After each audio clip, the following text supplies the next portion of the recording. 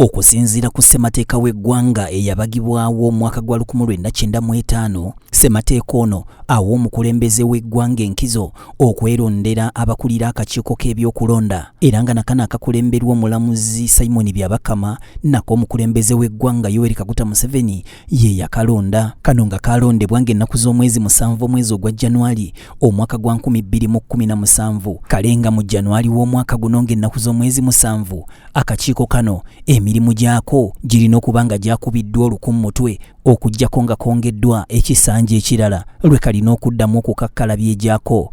Okusinziira ku ssemateeka, akakiiko kano kalina okubeera mu yaafiisi okumala emyaka 7, era nga bwe kuba kukongera kisanja, kongerwa ekisanja kimu kyokka, olwo nno ne kaggyibwawo abalala ne bayingira yaafiisi eno. Akakiiko k'ebyokulonda kabangibwawo okusinziira ku kawaayiro 6 mu ssemateeka wa 1995 ow'eggwanga Uganda, ng'akakiiko kano kalina okubeerako ssentebe, omumyuka we, teekako n'abantu abalala 5 bakamisona abatuula ku kakiiko kano, era nga kakiiko kano omukulembeze w'eggwanga bw'amala okukalonda kakakasibwa paalamenti. Bannayuganda bangi nnyo bwe batunuulira akakiiko k'ebyokulonda, emirimu mingi nnyo gye baagala kakole, so ng'egimu mwanatu tegibajjaako. Egimu ku mirimu akakiiko k'ebyokulonda gye kalina okukola okusinziira ku ssemateeka wa 1995 kwe kukakasa nti buli luvannyuma lwa myaka 5 wabeerawo okulonda okw'obwenkanya okumanyiddwa nga free and fair election. Akakiiko kano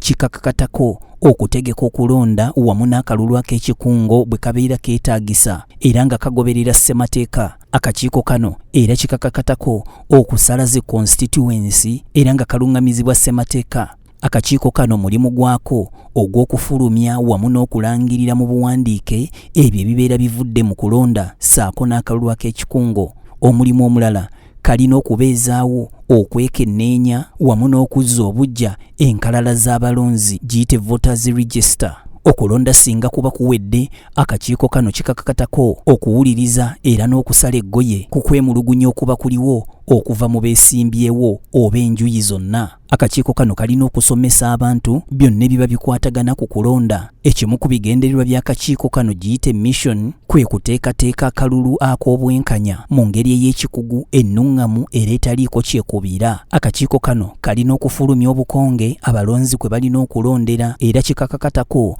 okuteekerateekera abantu abaliko obulemu. Oluvannyuma lw'emyaka emingi nga Uganda tefuna kulonda, kwaliwo oluvannyuma lw'emyaka 16 bwe kutyo mu mwaka gwa 1996, oluvannyuma lw'emyaka 10 nga Pulezidenti Museveni awambye obuyinza, akalulu kaategekebwa. Okulonda kuno kwaliwo nga bamaze okuteekateeka ssemateeka wa Uganda owa 1995.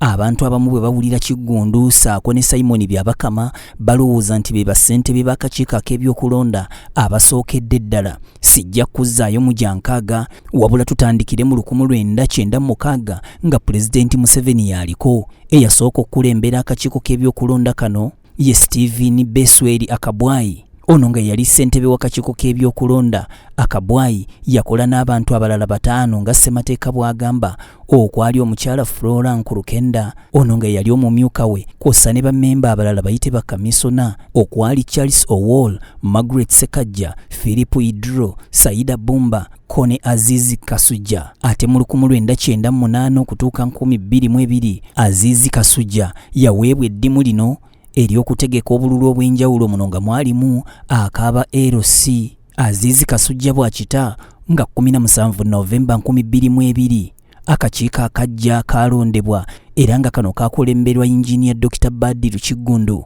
nga ye ssentebe, kw'ossa n'omukyala Margaret Magoba nga ye mumyuka we, ne bakamisona abalala 5 okwali Tom Buruku, Stephen D. Ongaria, Dr. Jane B. Okero, Joseph N. Biribonwa ne Samu Asimwe Lwakojo ng'omuwandiisi. Akakiiko kano kajjukirwa nnyo mu kutegeka akalulu k'ekikunga ka 2005, era nga akakiiko kano omulimu gwako era ng'okulonda kuno kujjukirwa nnyo nga kwe kwali okujja Uganda ku nkola ey'omugendo wabula etambulire mu bibiina ebingi. Olwo nno nga buli kibiina kiweebwa omwaganya okuleeta omuntu eyeesimbawo ku bukulembeze bw'eggwanga. Kale nno mu Januari wa 2017 oluvannyuma lw'ekisanja kya Badru Kiggundu okuggwako, bw'atyo omulamuzi Simon Mujenyi Byabakama yaweebwa enkasi eri okugolomola eryato ly'akakiiko k'ebyokulonda, era nga naye alina abantu abalala 6 b'akola nabo okuli n'omumyuka we.